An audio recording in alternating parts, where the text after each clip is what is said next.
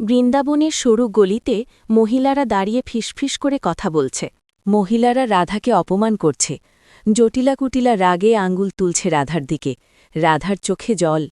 চাঁদের আলোয় রাধাকৃষ্ণের সাথে গোপনে দেখা করছে।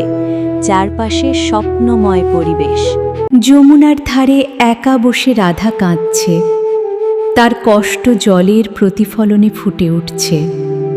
অসুস্থ কৃষ্ণ শয্যায় শুয়ে, মা যশোদা কাঁদছেন, সবাই দুশ্চিন্তায়। এক অলৌকিক সাধু নন্দের ঘরে প্রবেশ করছে। সবাই বিস্ময়ে তাকিয়ে আছে। সাধু অসম্ভব শর্ত ঘোষণা করলেন যে চালুনিতে জল আনতে হবে। মহিলারা চেষ্টা করেও ব্যর্থ হচ্ছে। জল ঝরে পড়ছে, তাদের মুখে হতাশা। রাধা ধীরে ধীরে এগিয়ে আসছে, তার মধ্যে এক অলৌকিক জ্যোতি। রাধা যমুনা থেকে জল তুলতেই অলৌকিক ঘটনা ঘটে। জল আর ঝরে না। জল পান করতেই কৃষ্ণ সুস্থ হয়ে উঠলেন।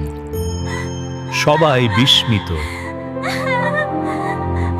কৃষ্ণ ঘোষণা করলেন, রাধা পবিত্র।